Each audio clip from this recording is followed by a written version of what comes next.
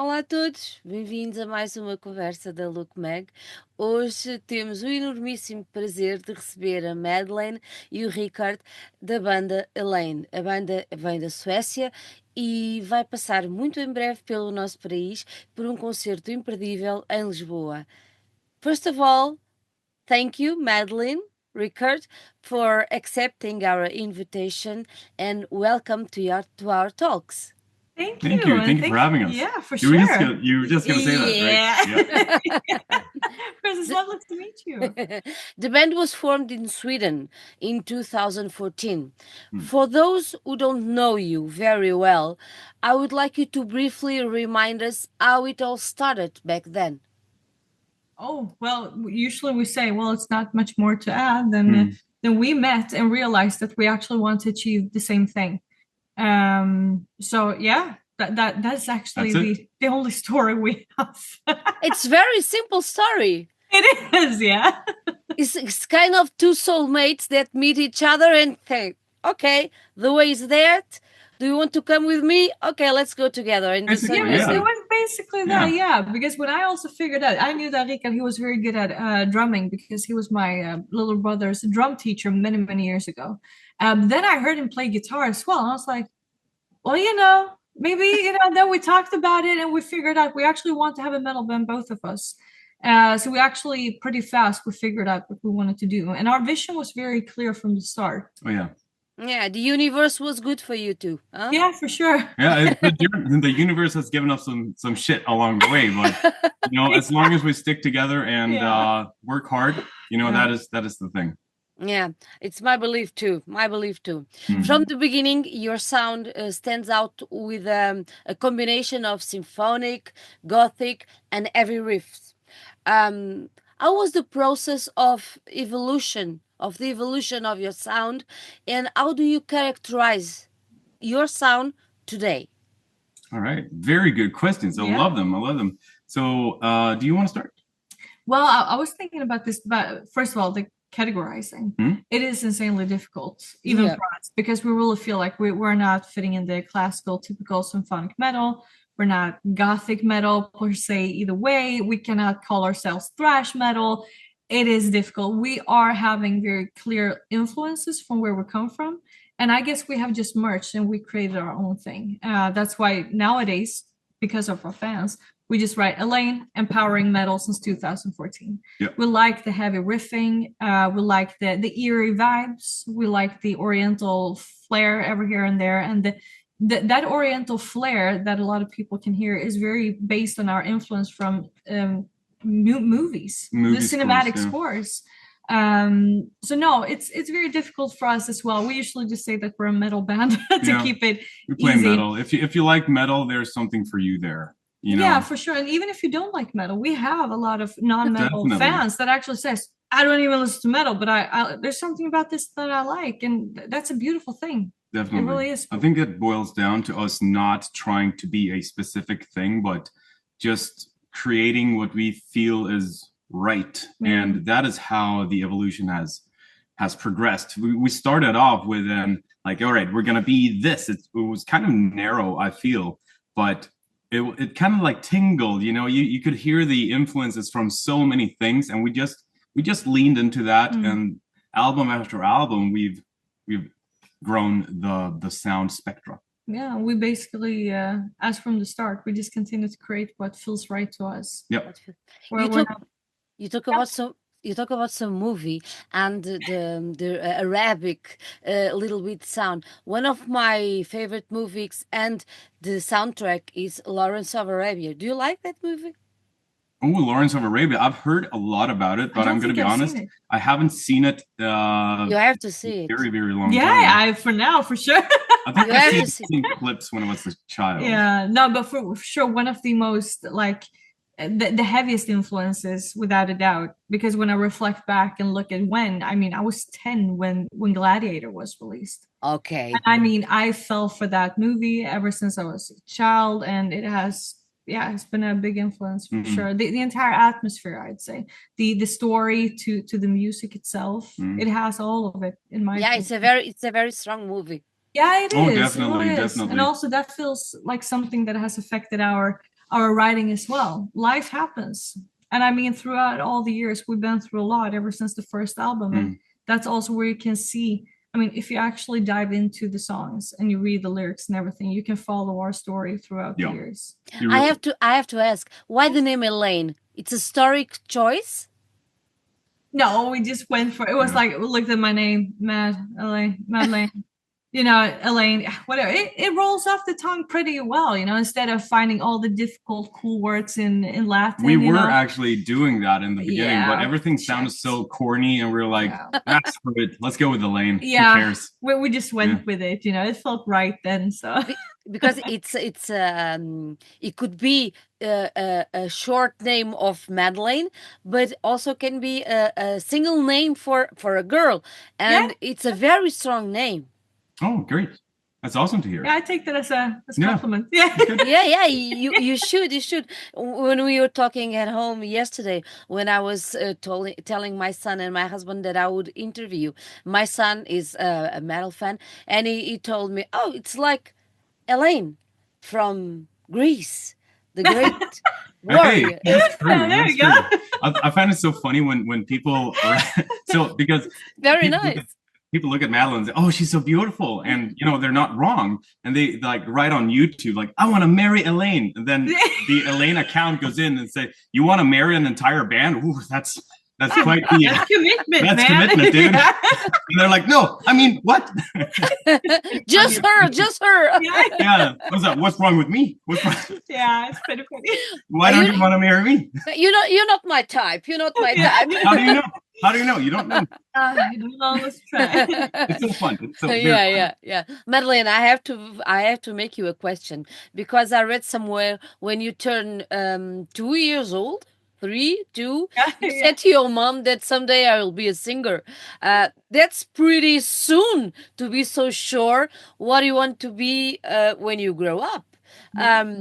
Where did this certain came from, and how did you process how it was the process of being a real good great singer as you are today? First of all, thank you. It's very sweet of you to say.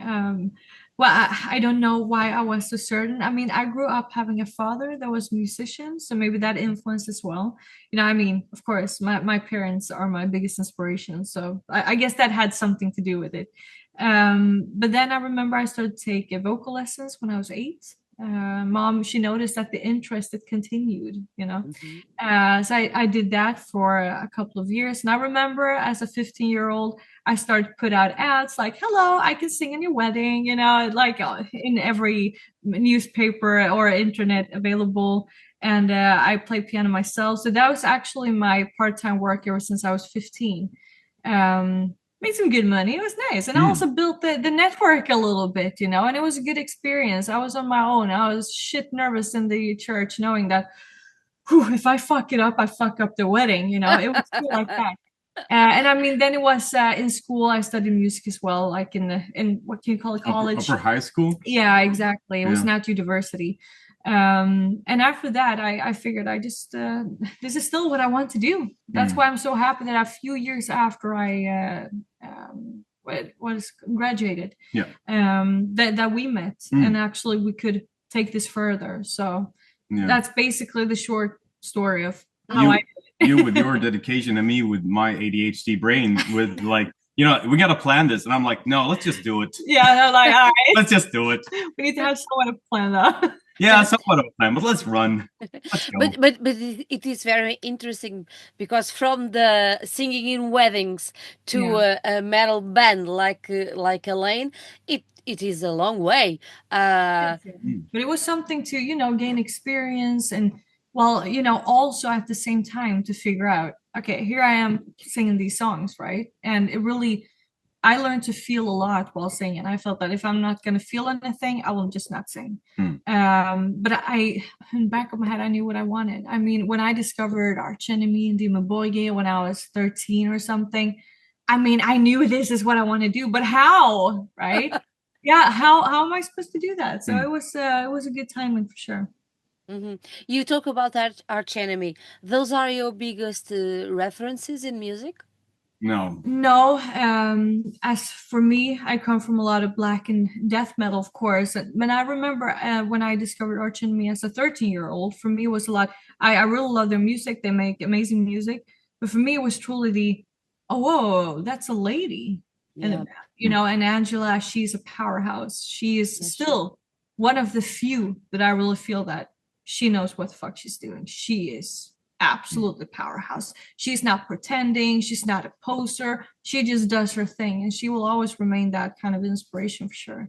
And you come from a different, my influence is like when it comes to metal, it's a lot of thrash. It's a lot of Ronnie James Dio, that kind of older metal, but also newer metal. I'm like under the impression that good music is good music regardless of genre. I don't care what genre it is. I can draw inspiration from anything, and let's create something from that. I grew up listening to a lot of like 50s and 60s music. And then I just like dove into the grunge era and everything therein, and a little bit of punk, but not too much punk, and a little bit of metal here and there. So yeah, I love it all, electronic music, symphonic, like with the orchestral arrangements within movies and whatnot. So there's a lot of spectra there, but I'm gonna be honest, I have a soft spot for thrash riffing. That is totally something you can notice when you listen to our music. And I do like that we have the different influences when it comes to different genres of metal and rock and whatever. But then I have so much for my cinematic stuff, and you're coming in with so much gaming and cinematic stuff as well. Yeah. And the gaming has music been a heavy influence in all the animes as well. So thank you for reminding me.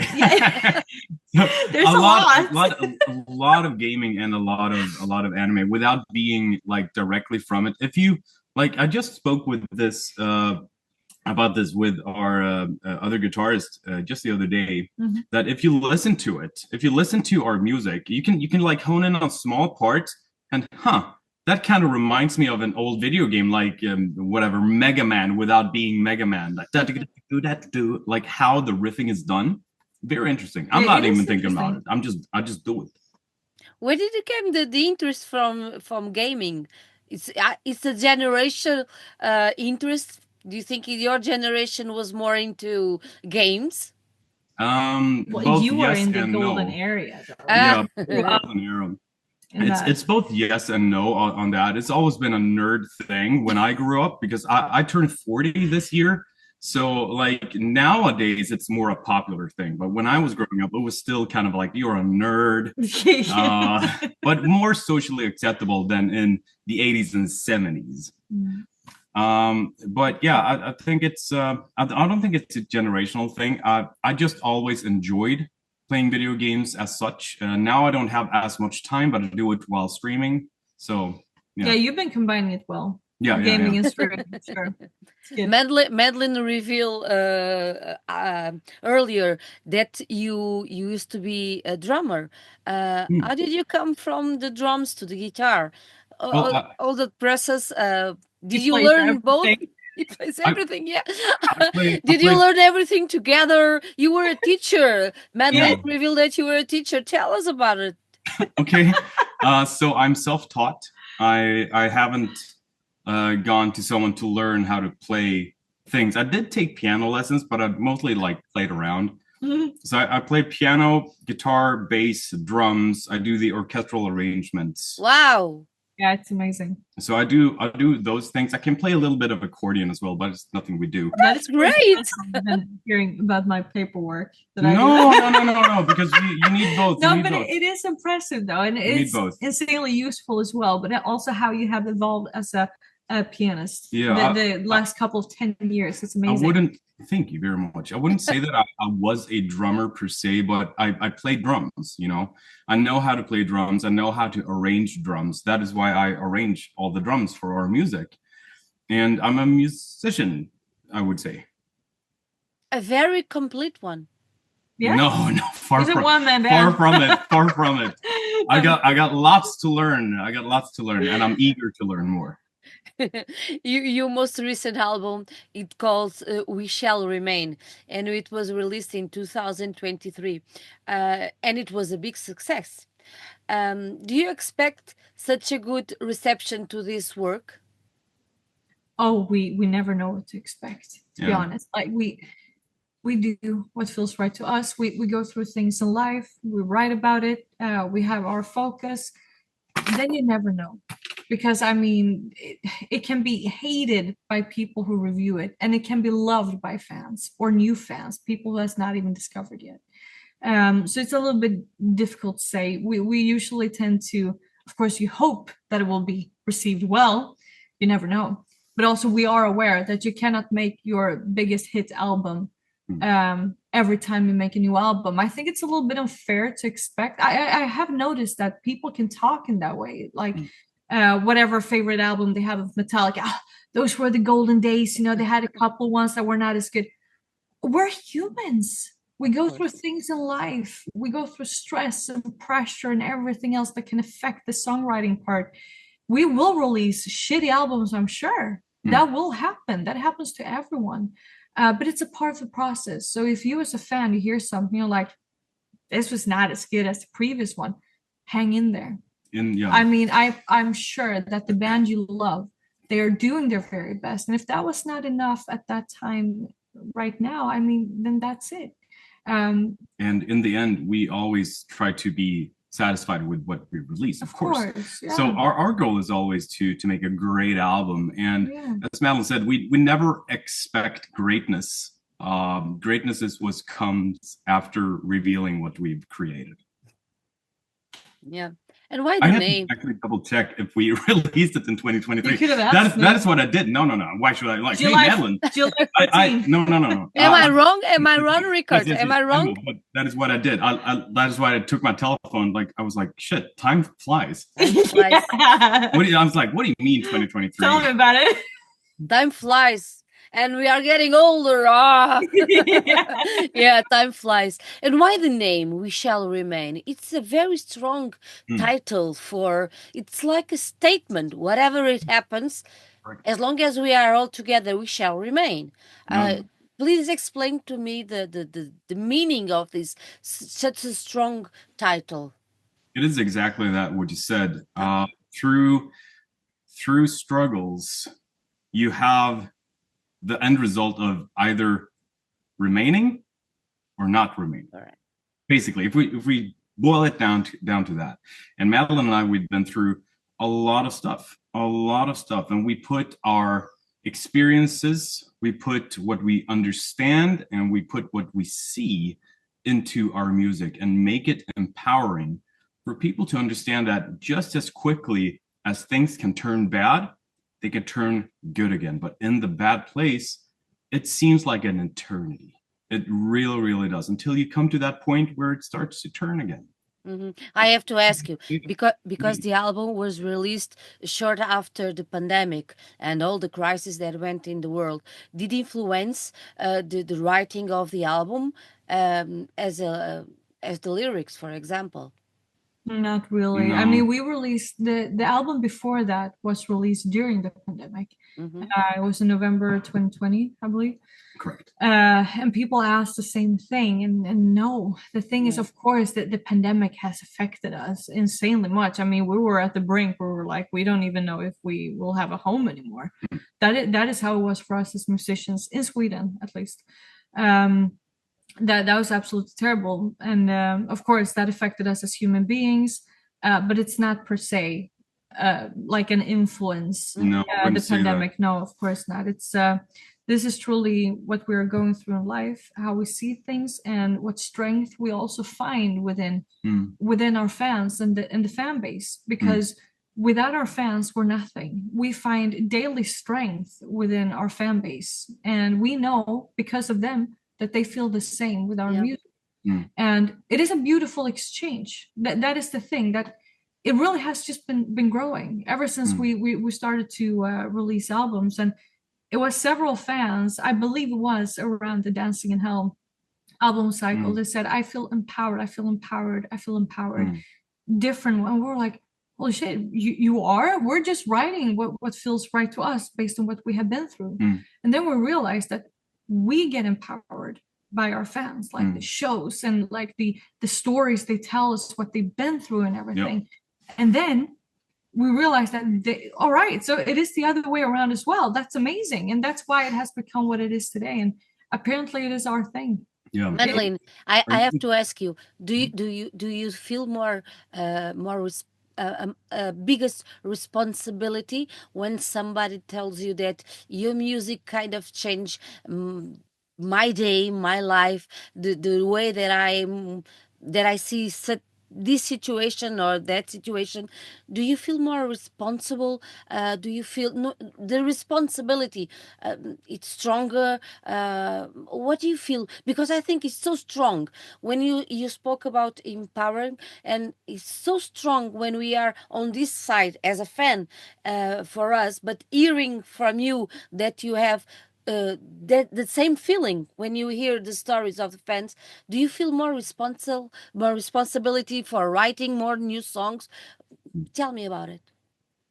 We just continue on with the writing of the music. We just continue down the path that we always have.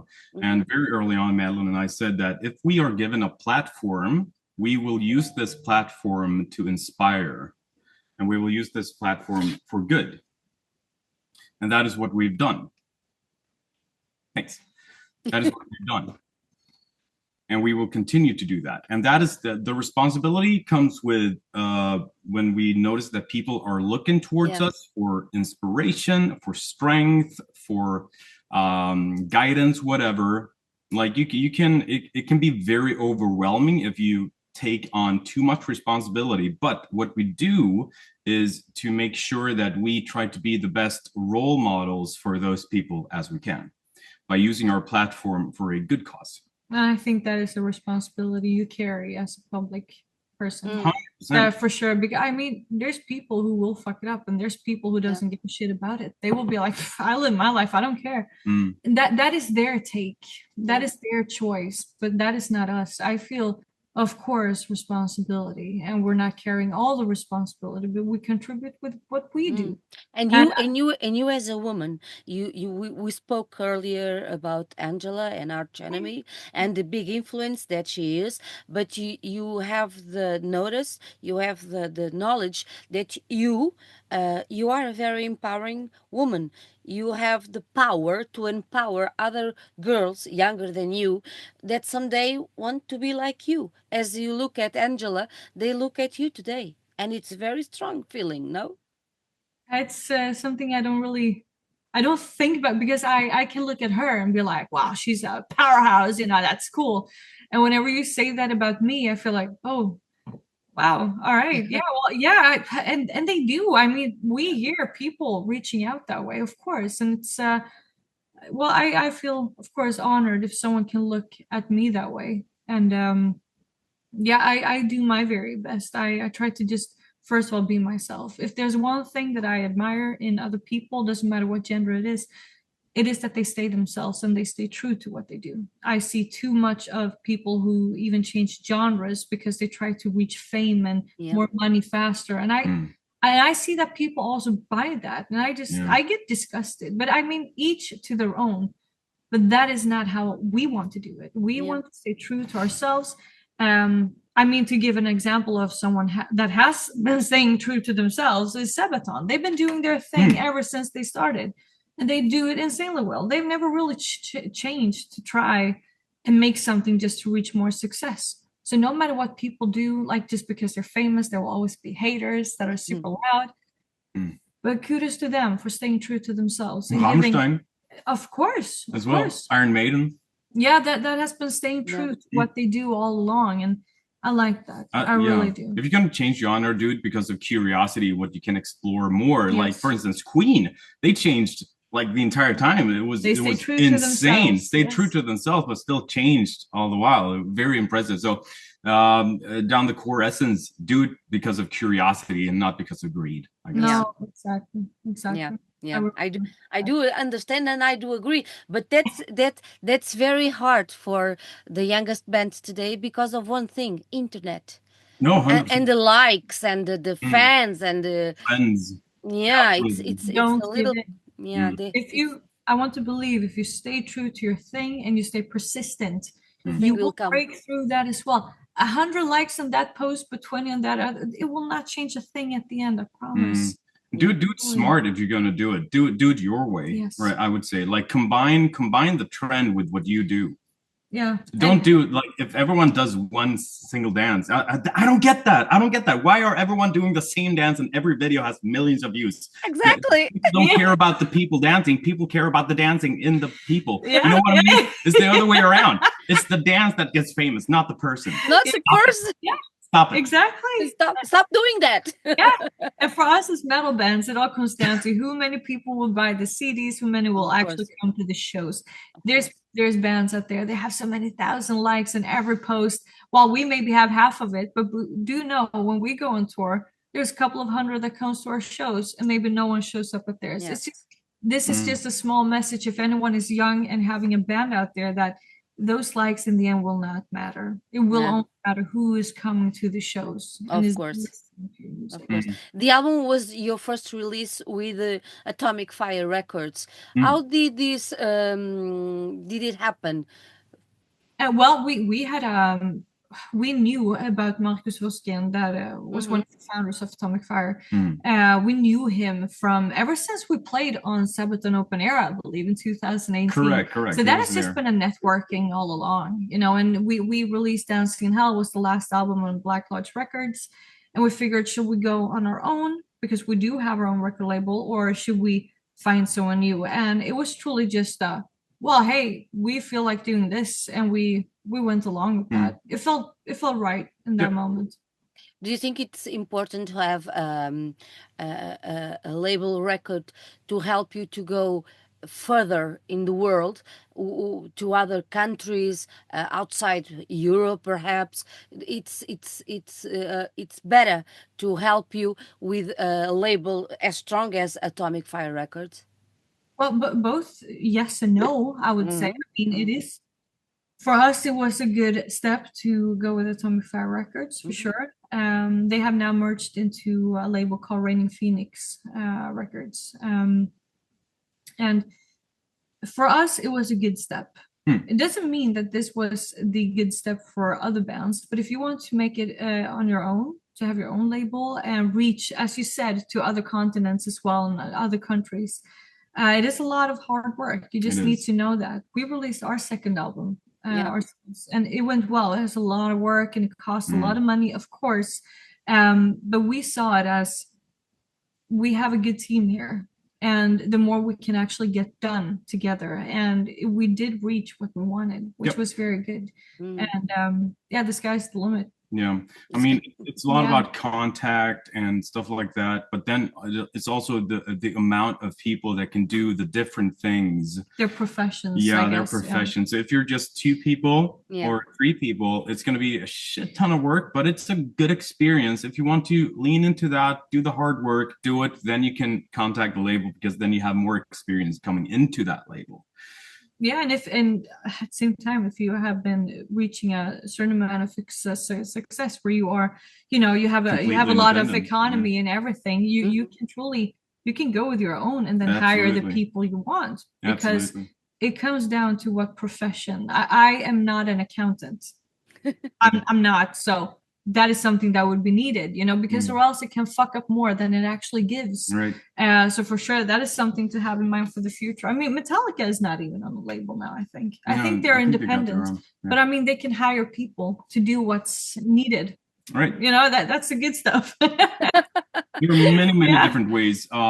Essentially, go with your gut feeling. You're going to be wrong a shit ton of times, but in the end, hopefully you're going to be more and more correct with your gut feeling. So you need to train that, then trust your gut. Who is the responsible for writing the lyrics in the band? You both? Yeah. And it's easy for you to do that? Well, some days are easier than others. But I mean, as we said, we write about what feels right to us. For us, it usually comes down to what we're going through. And then some days it comes more naturally because you feel inspired. Other days you're not feeling inspired because life happens, right? It happens, yeah. And then it has to digest. But we are both responsible for the And the music, you put the music after, or how do you process all of that? We both write the music as well, and most of the times it's the music comes first. Yeah, we have a certain way of writing it. We don't know how others do. We just do what feels good for us. But in general, we create the music to the point where you, at least us, we feel what it's about. So we don't have any lyrics. We just have a feeling like some parts, they are there because of a reason. They tell something. I mean, if you listen to a song like Die From Within from the Dancing in Hell album, it has parts that are so intense for a reason.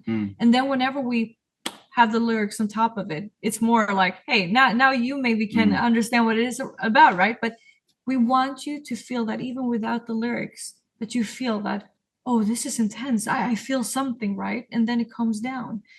It is supposed to speak for itself as well. In our opinion, that's what we do. Yeah. I like the process of that, actually. I do. Yep.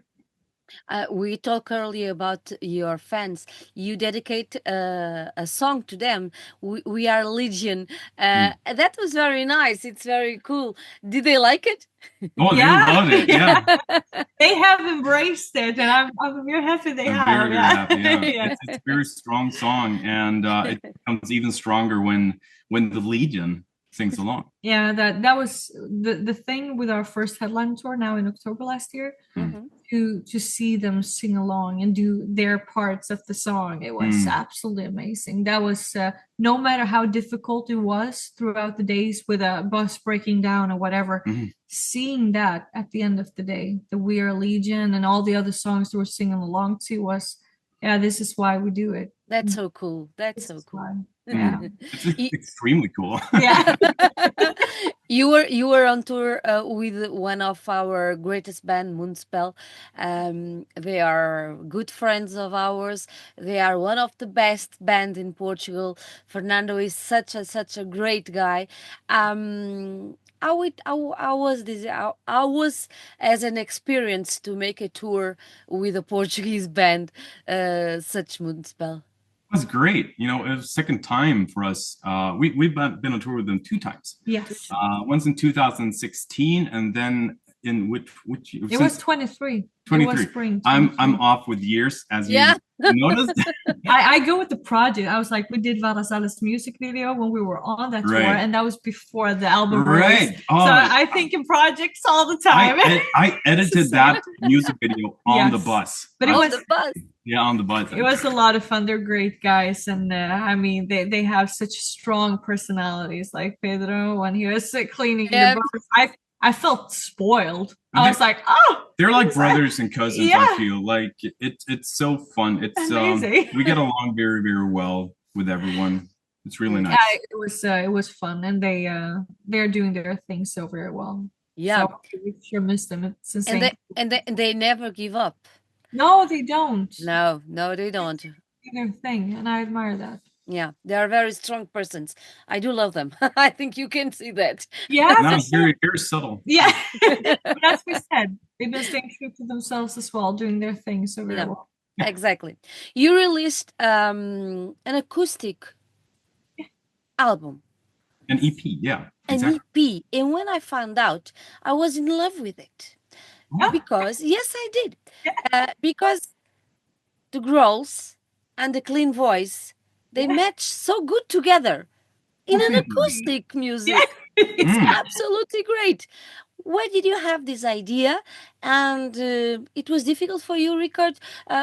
Tell me a little bit more about this acoustic metal EP. Well, it was because we got the question from Sonata Art guest booking agent, like, we're going on a 7-week acoustic tour. Are you guys interested in being the only support band? We were like, well, then we have to play acoustic. Yeah, we don't have anything acoustic. That's a pretty cool idea. But we said, between the two of us, we said, if we're going to do an acoustic thing, it has to be our way.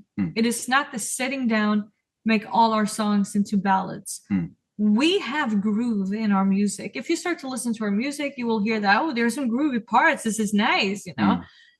And that is what we went with. So we sat down, we arranged everything, Rikard and I, like how everything's supposed to play. I remember I knew how the drums was going to play in a lot of the songs, like this little, what is it called now? Cajon. Yeah, the little box Jesper was sitting on, playing on. Because it came so naturally when we started to strip down the songs. For us, it came naturally, this groovy vibe. And then we stood up and played it. Yeah, exactly. And then we stood up and we felt like we're not going to strip down our show too much. No. It cannot be as bombastic as it is, you know, with the full production.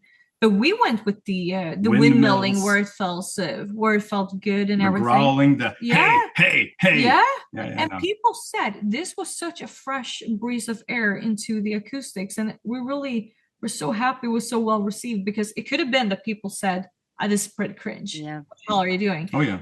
But we were like, no, this feels good in our bodies. And people say, yeah, this was groovy. It was fun. And I have to admit, now what we've been doing, when we've got requests on our streams, for an example, and I've been singing some of them, I've been feeling like, oh, I miss it. We have to do this at some point again. It was fun. It was like a big party of people just like dancing around in the audience and feeling pumped up, despite it being acoustic. So I'm grateful people said this is actually acoustic metal, and it warmed my heart. And we had a lot of haters as well. Of course. We're not going to deny that. No, of course people not. This is cringe. Really? All right. And it's the biggest challenge for me was to rearrange the guitars so that it fit, but still was metal. Yeah. Because first off, you cannot do this with a 6-string guitar. You need to have a 7-string acoustic guitar. And lucky for us, Schecter has 7-string acoustic guitars. So we got 2 of them. And because you want that bottom, really, really low string. And just started to rearrange everything like to chords and whatnot. So, I mean, it was a big, big, big challenge, but we got the groove, we got the metal, we got the moves. That was fun. It's acoustic metal. Yeah. If you bring it on the road, please bring it to Lisbon. I want to see it live. Yeah, no, for sure. I'm going to say it now, though. At some point, we will do that again, because it was in some way, shape, or form. We're gonna. It was too much fun to actually not do that again. Right. Yeah. You know, Moonspell also have an acoustic show of their own. It's beautiful. I think metal, when it's good writing, and then if you put it on acoustic, it's fabulous. So I agree. I believe in that, because it's good music. You see Septic Flesh when they play with an orchestra. My dear God, that's something amazing. Absolutely. Now when you said it, I was like, it's absolutely amazing. Yeah. I mean, within most music, I would say that has a depth within the feeling of it. There is depth within the musical colors as well, and you can evolve that through the arrangements and the acoustics. It's music. It's good music. It make us feel alive. That's what I think. You are now bringing the We Shall Remain to 2025 to Lisbon. Yes. This is, correct me if I'm wrong, this is your second time in Portugal? Yeah. Correct. Yeah. What do you think about our fans? How do you think about our crowd? Do you have a good experience from the first time you were here? Yes. Terrible. I mean, yes.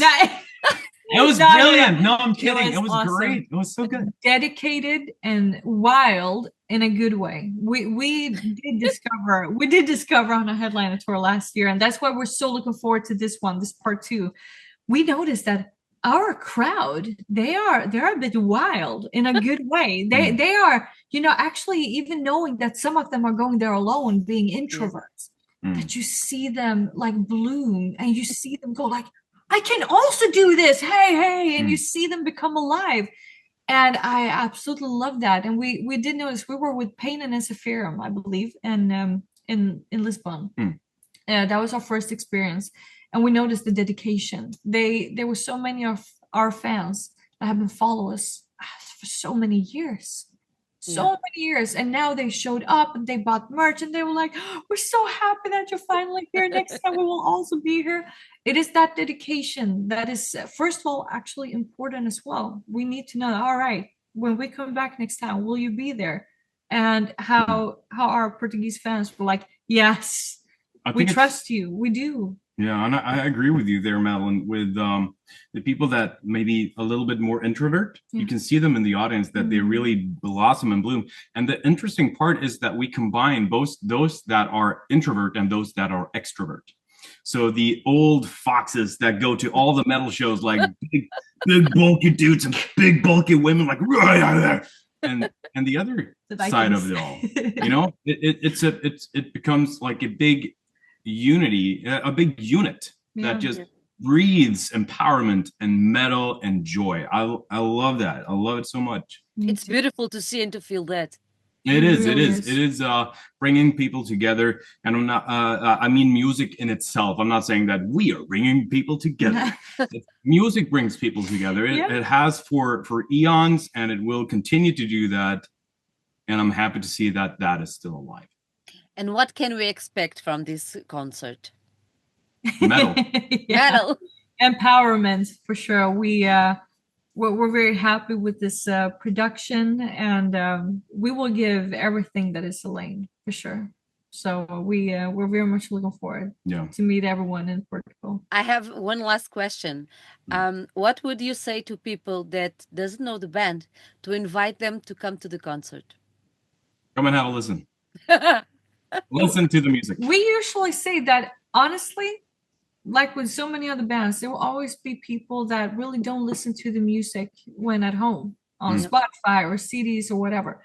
But it is an experience live. And if there's something that I've been able to read from all the both reviews and feedback from fans and whatnot, is that honestly, no matter what you think about the music, go and see the show, because it is very empowering. It is an experience. And it makes me very happy, and it makes us very honored, because that is the energy we go on stage with. That no matter what, we are there to have fun. We want you to feel like, whatever's happening in life, we can do it, you know? Yep. That is the spirit. So if you're looking at this and you're like, nah, I don't think Eleine is my thing, come to the show and then decide.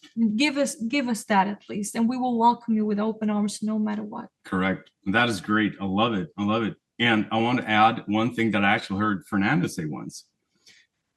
Why listen to your music? Why not? That's wonderful.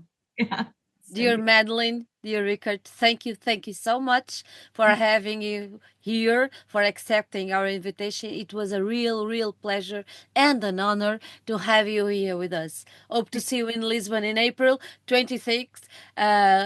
Eleine will be in Portugal. Thank you so much. Thank you so very much. Thank you.